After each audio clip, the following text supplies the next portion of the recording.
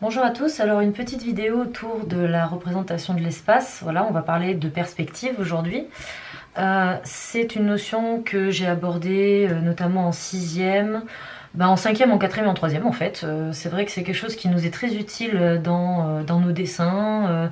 Dès qu'en fait on veut représenter un espace ou un objet en volume, on dessine en perspective. Alors ça se fait de façon plus ou moins intuitive. Certains d'entre vous, maintenant en tout cas, connaissent certaines règles que l'on applique dans le dessin pour représenter un espace en perspective ou dessiner un objet en volume. Et certains dessinent voilà, de façon plus intuitive par rapport à leur observation en fait, tout simplement de leur environnement. Alors notamment en ce qui concerne la perspective la plus souvent que vous utilisez, c'est celle-ci, alors que moi j'ai représenté avec des formes géométriques qui se superposent. Donc c'est une perspective que l'on dit par chevauchement de taille, voilà, qui était beaucoup utilisée dans les estampes japonaises pour représenter les paysages. Et en gros le principe c'est simple, tout simplement les éléments qui sont censés être plus proches de nous, voilà, par rapport au début de l'image, vont paraître plus grands, voilà, vont prendre une certaine place dans l'image, et plus on va aller loin dans le paysage, regarder au fond, vers l'arrière-plan, et plus les éléments vont rétrécir. Alors par exemple, pour un paysage, ça peut se représenter de cette façon. Alors je vais dessiner quelque chose d'assez simple, imaginons un paysage voilà, avec des collines. Voilà, je vais dessiner un arbre au premier plan, hop, un truc tout bête. Hop, je ne vais pas trop m'attarder sur les détails. Donc le premier plan va être, voilà, ici, matérialisé par la ligne ici, l'arbre ici. Ensuite, pour créer l'effet de perspective par chevauchement de taille, là par exemple je peux tracer une autre ligne qui va symboliser une autre petite colline, hop, un autre derrière, etc. etc. Voilà, et on peut créer un arrière-plan, après on peut s'amuser à mettre d'autres éléments visibles à l'arrière-plan. Et donc, si l'on veut compléter après cette image-là, parce que c'est vrai qu'on ne se rend pas forcément bien compte, alors on voit que les plans se superposent, et on peut rajouter après des éléments dans l'image, je ne sais pas, comme un chemin. Là, par exemple, on peut s'imaginer voilà, un petit chemin. Alors, il n'y a pas de règles de mesure à prendre ou de choses comme ça se fait vraiment, comme je vous disais, à l'intuition. Voilà. On garde juste en tête qu'il faut réduire petit à petit la dimension des éléments que l'on place dans l'image. Voilà, on peut créer d'autres arbres. Voilà, par comparaison, on va pouvoir se rendre compte, en fait, tout simplement qu'il y a un éloignement. Ici, là, je vous ai fait deux dessins avec autour de deux autres perspectives, la perspective cavalière, voilà, pour représenter des solides notamment. Là j'ai fait voilà, un cube, c'est une forme géométrique toute simple. Et pareil ici, mais avec la perspective isométrique. Alors ces deux perspectives sont notamment utilisées dans le domaine du dessin industriel, voilà, du dessin technique, en architecture également pour dessiner des plans. Voilà. Et enfin, vous avez la perspective ici frontale. Voilà, on dit qu'elle est frontale parce qu'il y a une face de l'objet que l'on dessine qui est face à nous, donc face à notre front. Voilà, c'est pour ça qu'on appelle ça une perspective frontale notamment. Et je vous expliquerai un petit peu plus en détail, je l'ai fait en quatrième cette année, comment on dessine ce type de perspective. Et ça, c'est une perspective qui est beaucoup utilisée, qui s'est énormément développée à la Renaissance, voilà, avec des architectes comme Brunelleschi, avec des dessinateurs. Et il y a aussi eu en parallèle d'autres perspectives que je vous montrerai pas là, qui se font avec la couleur, notamment avec les ombres et les lumières, comme la perspective atmosphérique que Léonard de Vinci a énormément utilisée dans sa peinture. Il n'y a pas que lui, mais on va dire que c'est celui qui est le plus connu dans le domaine. Et donc la perspective isométrique, on l'a utilisée notamment en troisième dans le travail de début d'année. Voilà, par exemple, si l'on souhaite dessiner, imaginons que cette forme représente une pièce, qu'on souhaite ouvrir cette pièce, créer des fenêtres, des portes, des choses comme ça, eh bien là, il faut être un petit peu précis. Vous utilisez votre règle, vous la placez comme ça sur les lignes en gardant bien le parallélisme entre les deux lignes pour faire le haut de la porte. Je me sers de cette ligne-là pour tracer le côté de la porte, de celle-ci pour tracer l'autre côté de la porte. Et puis voilà, on a créé une ouverture. Si on veut faire une fenêtre ici, là je vais faire un deuxième exemple et je m'arrêterai là. Hop, on fait pareil.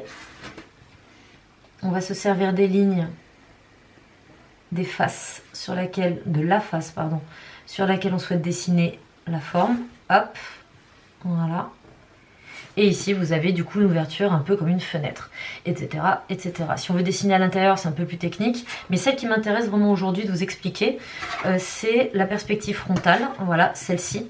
Donc on voit effectivement que selon où l'élément est placé, voilà, dans l'image, en tout cas pour l'instant, je vous ai effacé un peu les repères que je vais vous montrer par la suite.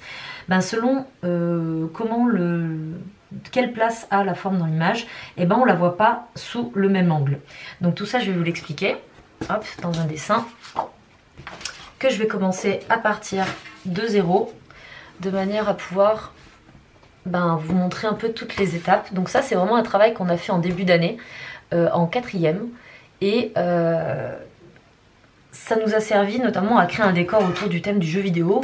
Moi, j'ai choisi ce thème-là parce que ça nous permet justement de créer des décors qui peuvent être soit réalistes, soit complètement imaginaires. Donc la première chose qu'il faut faire lorsque vous dessinez en perspective frontale, c'est de tracer ce qu'on appelle la ligne d'horizon. Alors moi je vais la tracer au milieu parce que, voilà, pour plus de simplicité, pour vous expliquer la technique, mais vous pouvez la placer plus haute ou plus bas. En fait, cette ligne, elle correspond à la hauteur des yeux, c'est-à-dire où on est placé par rapport à ce qu'on regarde. Est-ce qu'on est placé plus au-dessus? Est-ce qu'on est placé plus en dessous?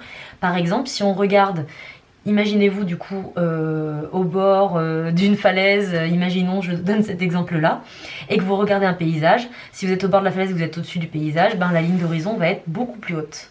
Hop. Et par contre, si vous êtes placé en dessous de ce que vous regardez, votre ligne d'horizon va être beaucoup plus basse. Donc moi, je vais la placer au milieu. Voilà. Comme si on était vraiment pile en face de ce que l'on regarde. Et la deuxième chose à mettre dans votre dessin, c'est ce qu'on appelle un point de fuite. Alors pareil, là, je vais le placer au centre.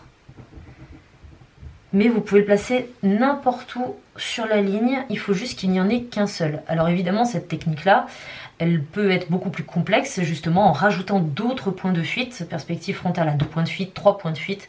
Mais là, ça va devenir vraiment très complexe. Déjà, si vous arrivez à réaliser cette technique-là sans problème, vous aurez déjà acquis une certaine compétence dans la représentation de l'espace.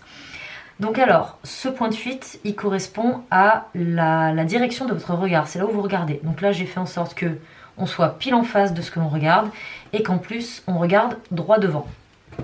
Donc pareil, on va tracer des formes géométriques simples pour illustrer cette technique, pour vous montrer les différentes étapes. Hop, donc je vais commencer par placer une forme en dessous de la ligne d'horizon. Voilà, quelque chose qui est à peu près carré. Et donc voilà, comment transformer ce carré en volume, tout simplement, en utilisant la technique de la perspective frontale.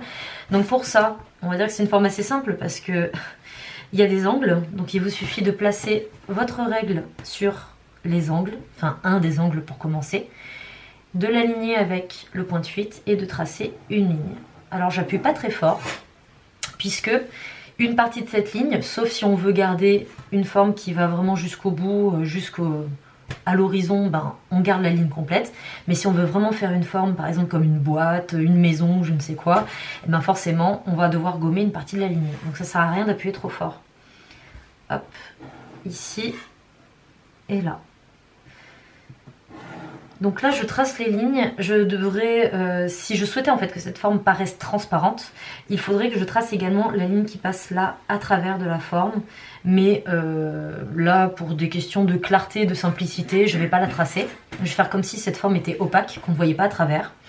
Donc c'est là que ça devient un peu plus complexe pour pouvoir refermer cette forme, de faire vraiment une boîte, une maison, ce que vous voulez.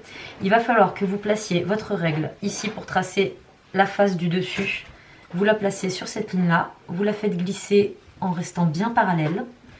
Vous vous arrêtez où vous voulez. Hop, moi je vais m'arrêter là. Et vous tracez une ligne qui va se trouver entre ces deux lignes fuyantes.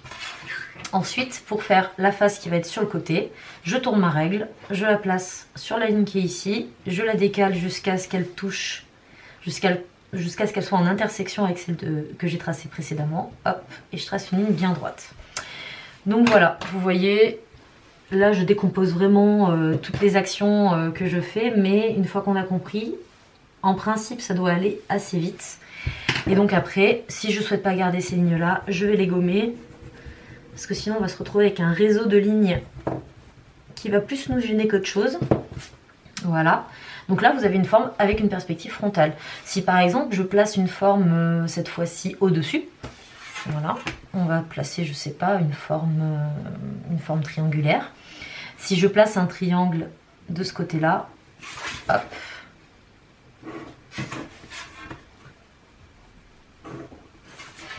et que je souhaite le mettre en perspective, et bien pareil, comme c'est une forme avec des angles, hop, on fait comme ça. Alors là, volontairement, je ne les trace pas jusqu'au bout pour éviter d'avoir à trop gommer. Hop. Et effectivement, selon où la forme est placée, voilà, ça peut vous paraître étrange, mais ça a tendance à écraser certaines faces. Voilà. Mais si on respecte bien la technique telle que je vous l'explique, ça va être juste, quoi qu'il arrive. Hop. Voilà. Donc voilà, comme je vous le disais, ça écrase un petit peu la face du pavé là qui a... pas du pavé, du parallélépipède qui est ici. Hop. Du prisme même, je crois que ça s'appelle.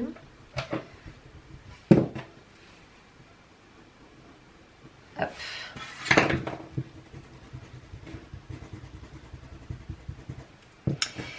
Et donc, voilà, si la forme est placée au-dessus de la ligne d'horizon, on la voit vue d'en dessous, c'est logique.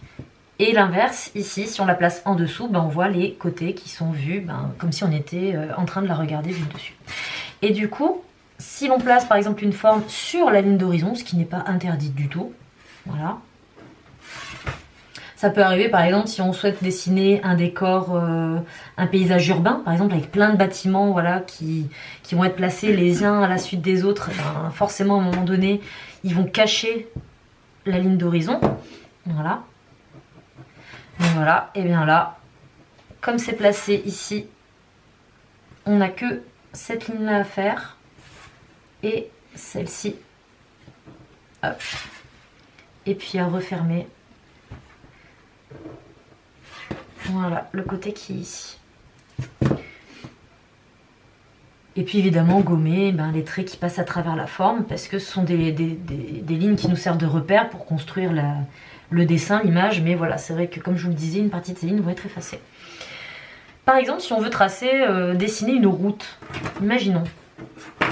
On suppose qu'ici c'est le sol. Et donc là, c'est le ciel. Il vous suffira de tracer... Alors là, je vais la mettre de côté parce qu'effectivement, il y a cette forme-là.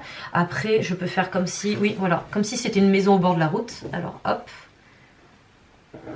Je vais tracer ma ligne comme ça. Et puis, ici. Voilà.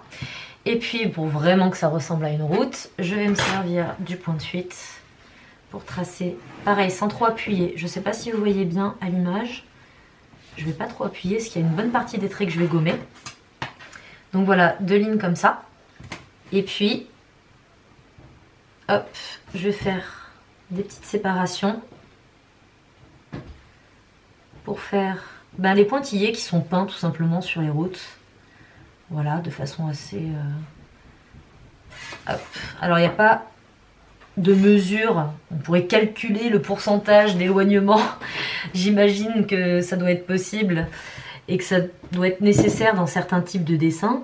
Mais là, moi, je fais ça à l'œil. Hein. Je vais même pas jusqu'au bout. C'est juste pour que vous compreniez le principe. Donc après, je vais gommer. Voilà, je vais prendre la gomme plus fine. Je vais gommer entre chaque pointillé. Hop.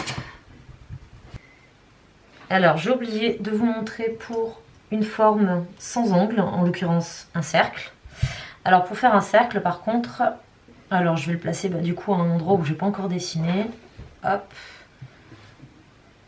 Je trace un cercle. Voilà. Et pour transformer ce cercle en cylindre, je vais vous montrer comment on fait avec le point de fuite.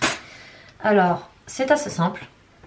Il vous suffit de placer votre règle sur un des bords du cercle, celui-ci en l'occurrence, de bien l'aligner avec le point de fuite, de tracer une ligne, de faire la même chose en plaçant votre règle ici au sommet du cercle. Hop. Et puis ensuite, là vous avez déjà cet effet un petit peu d'étirement de la forme en perspective. Après, alors soit vous le faites au compas, si vous voulez vraiment être très précis, très rigoureux. Moi, je le fais à main levée. Entre les deux lignes fuyantes, je vais tracer un arc de cercle, voilà, qui peut ne pas être bien du premier coup, mais bon, c'est pareil, c'est une question d'habitude. Hop. Et donc à partir de là, vous voyez en quelques traits, en l'occurrence 3, bah vous avez un cercle qui s'est transformé en tube, en cylindre, qui peut du coup vous servir pour certaines formes que vous pourrez faire dans un dessin en perspective. Donc voilà, ben écoutez, j'espère que vous avez bien compris comment on dessine en perspective frontale. Après, évidemment, ce n'est pas la seule et unique façon de représenter l'espace en profondeur, ni de créer du volume, mais on va dire que c'est celle peut-être qui semble la plus réaliste au niveau du rendu. Après, c'est vrai que si tout dépend le sujet en fait que vous êtes en train de dessiner, effectivement, pour un paysage comme ça, où il n'y a pas forcément de ligne droite vraiment propre et nette, évidemment, si on avait un paysage comme ça, mais avec des maisons à la place des arbres, on pourrait effectivement faire une sorte de combinaison entre perspective cavalière, perspective frontale. Voilà, après, c'est à vous de voir ce qui vous intéresse le plus dans le rendu final de votre dessin. Eh bien, à très bientôt, entraînez-vous bien, et puis n'hésitez pas à me poser des questions si vous en avez. Au revoir!